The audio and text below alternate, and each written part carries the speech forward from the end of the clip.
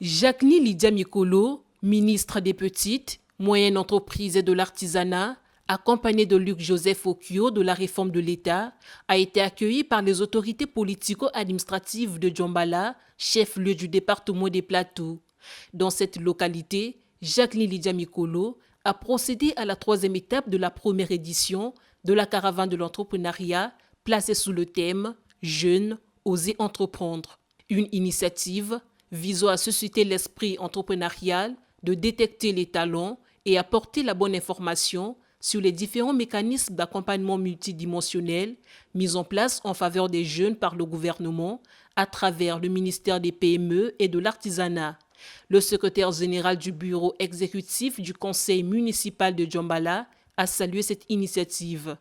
Aujourd'hui, la caravane a atteint la ville de Djambala où, 4 jours durant, la jeunesse de notre localité aura le privilège de prendre part aux différentes activités prévues pour la circonstance.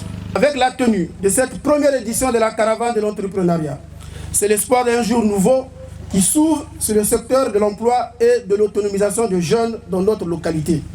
Cadre d'échange et de partage entre les acteurs multisectoriels intervenant dans la promotion de l'emploi des jeunes, cette caravane vise également à identifier les besoins en renforcement des porteurs de projets et des entrepreneurs, inciter à l'entrepreneuriat en suscitant les vocations au sein de la couche juvénile, mettre à la disposition de la population les informations utiles à la création d'entreprises.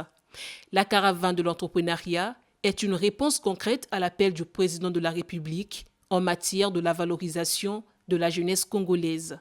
Il a été décrété année de la jeunesse et il est crucial de créer des opportunités pour les jeunes entrepreneurs et de les soutenir dans leurs initiatives.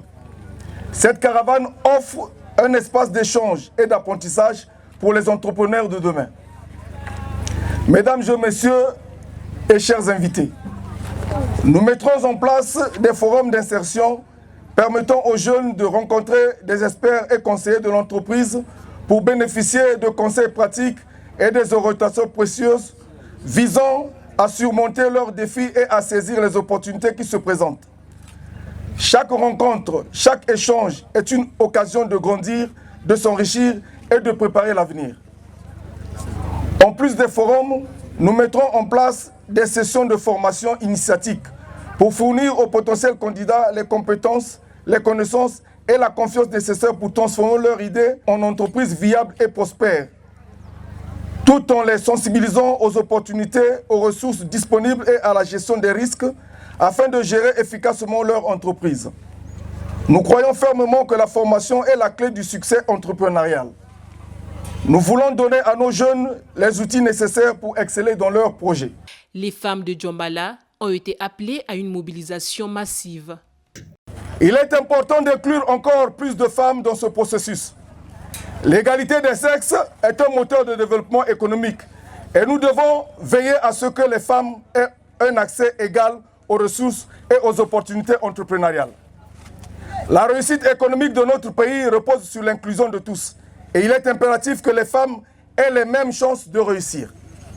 Mesdames et messieurs, nous nous engageons à sensibiliser les jeunes sur les opportunités offertes par les nouvelles technologies et le numérique. Dans un monde en constante évolution, il est crucial que nos jeunes entrepreneurs soient à la pointe de l'innovation technologique pour rester compétitifs et développer des solutions innovantes aux défis de notre société. Les jeunes promoteurs et chefs d'entreprise ont fait leur témoignage pour encourager les jeunes à entreprendre.